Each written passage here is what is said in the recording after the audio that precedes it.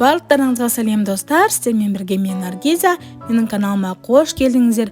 Бүгін мен сіздерге өте жылдам дайындалатын вареникенің рецептісін ұсынатын боламын. Міндетті түрде видеоны соңына дейін қарап, каналыма тіркеліп кетуді ұмытпаңыздар. Ең алдымен біз салмасын айдауға кірісеміз. Ол үшін бізге картоп керек. Картоптарымызды жақсылап жуып, тазалап алғаннан кейін бірнеше бөліктерге бөліп алатын боламыз. Бірнеше бөліктерге бөлсеңіздер, картоптарыңыз жылдам тез пісетін болады. Одан кейін салқын суға картоптарымызды салып, оның үстіне тұзды қосып, оттың астын жағып, біз кемінде 30-40 минут картоптар піскенше қайнататын боламыз.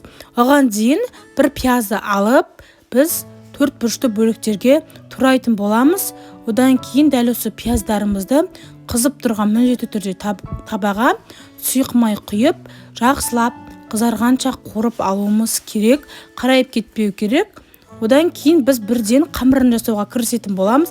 Қамырына бізге ұнға жұмыртқаны қосып, одан кейін салқын суға тұзымызды қосып алатын боламыз. Тұзымыз кішігірім ерігеннен кейін барып қамырымызды илеуге кірісетін боламыз. Қамыр міндетті түрде орташа қаттылықта болуы керек. Жұмсақ қамырлар мүлдем жарамайды.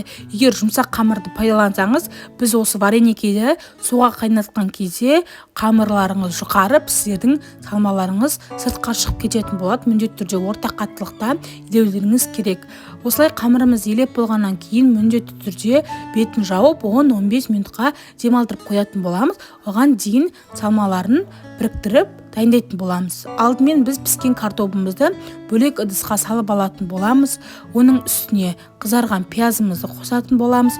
Одан кейін мен кішігірім сүт қостым. Сүт немесе сары май қоссаңыздар да болады. Дәміне қарай тұз, қара бұрыш қоса берсеңіздер болады. Менде картопқа алдын ала тұз қосылғаннан кейін тұз қоспадым. Осылай барлығын бір керкі қылып езіп алатын боламыз. Осылай езіп алғаннан кейін барып, біздің картоптарымыз дайын, өте дәмді, керемет салма болып шығады. Өздеріңізге ұнаған салмамен де жасай берсеңіздер болады.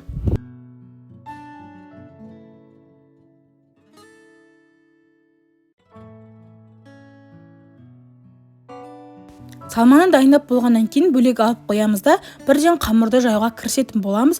Қамырымыздың астына ұн сеуіп, жақсылап орташа жұқалықта қылып жаятын боламыз. Жұқа болып кетпеуі керек. Мен қамырды теңдей 3 бөлікке бөліп алдым, кішігірім бөліп алдым. Жаюға да өте ыңғайлы болады. Осылай барлығын тегіс қылып жайып аламыз. Одан кейін осындай дөңгелек форманың көмегімен кесіп алатын боламыз. Кеселердің көмегін немесе арнайы формаларды қолдансаңыздар да болады.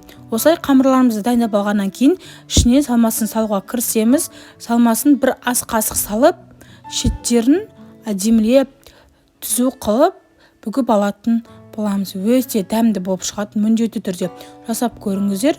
Видеоны ұнаса, міндетті түрде лайк басып кетуді ұмытпаңыздар. Осылай барлығын істеп алатын боламыз. Мен сіздерге бір-екеуін көрсетемін. Толық осылай істейтін боласыздар. Өте керемет болып шығады. Қамыры, біздегі салмасы өте жылдам әрі оңай дайындалатын болады.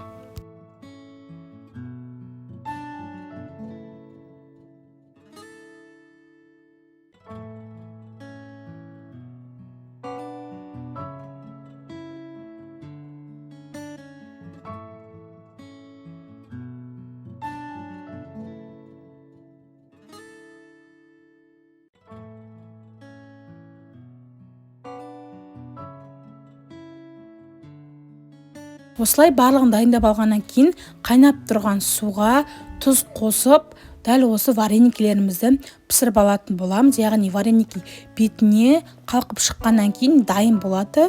Өте жылдам піседі, міндетті түрде толық пісіріп алғандарыңыз жөн. Вареники піскеннен кейін міндетті түрде сапалы сары май арасына жаққандарыңыз жөн. Өте дәмді, керемет және де бір-біріне мүлдем жабыспайтын болады. Міндетті түрде сапалы, тәтті сары майды қолданғандарыңыз жөн.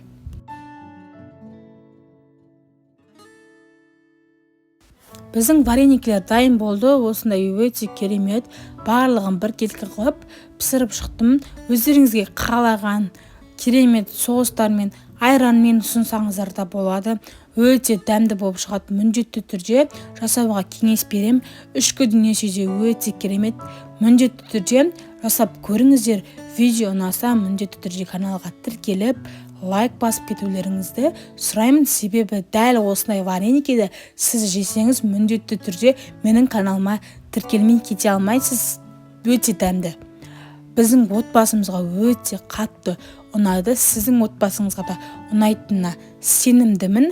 Алдағы уақытта каналымда өте көп әртүрлі рецептермен бөлісетін боламын. Ас болсын.